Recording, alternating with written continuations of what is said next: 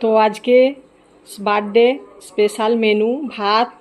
তোমরা হয়তো ভাববে এত বড় হাঁড়িতে ভাত হয়েছে। না, আমি তো অনেক দিন হলো ভাত খাই না, মানে ভাত খাওয়া বন্ধ করে দিয়েছি। তো মেয়ে আর মেয়ের বাবার জন্য একটা ছোট্ট গামলায় করে রান্না করি।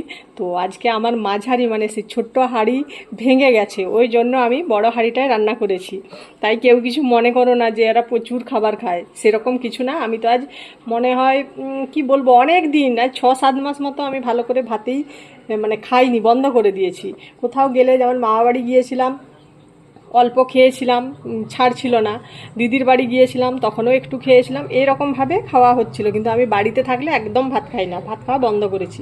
তো যাই হোক, আছে ভাত, আছে বেগুন ভাজা, গোল গোল কয়েকটা করেছি, কারণ বেগুন আমার মেয়ে খায় না, বড়ও বেশি খাবে না, একটা হয়তো খাবে, ওই জন্য বেশি কিছু রান্না করিনি। আর আছে এখানে দেশি চিকেনের ঝোল। তো অনেকটা চিকেন বলে আমি প্রেসার কুকার সমেত তোমাদেরকে দেখাচ্ছি। তো এই জিনিসগুলোর জন্য কিছু তোমরা মাইন্ড করো না প্লিজ। তো এখানে আছে চিকেন, দেশি চিকেনের আলু দিয়ে পাতলা ঝোল। তো এইগুলোই হয়েছে, তার সাথে আছে আমাদের মিষ্টি। তো মিষ্টি খাওয়াও আমার এখন বারণ আছে, ওই জন্য আমি সুগার ফ্রি মিষ্টি খাচ্ছি। মিষ্টি মুখ তো একটু করতেই হবে, তাই না? বার্থডে বলে কথা। আছে মিষ্টি দই। তো আজকের দুপুরের এইগুলোই হলো মেনু। তো দারুণ ব্যাপার, অনেক কিছুই রান্না করা হয়তো যেত, বাট কেউ খাবে না, ওই জন্য আর রান্না করছি না, মানে করিনি আর কি।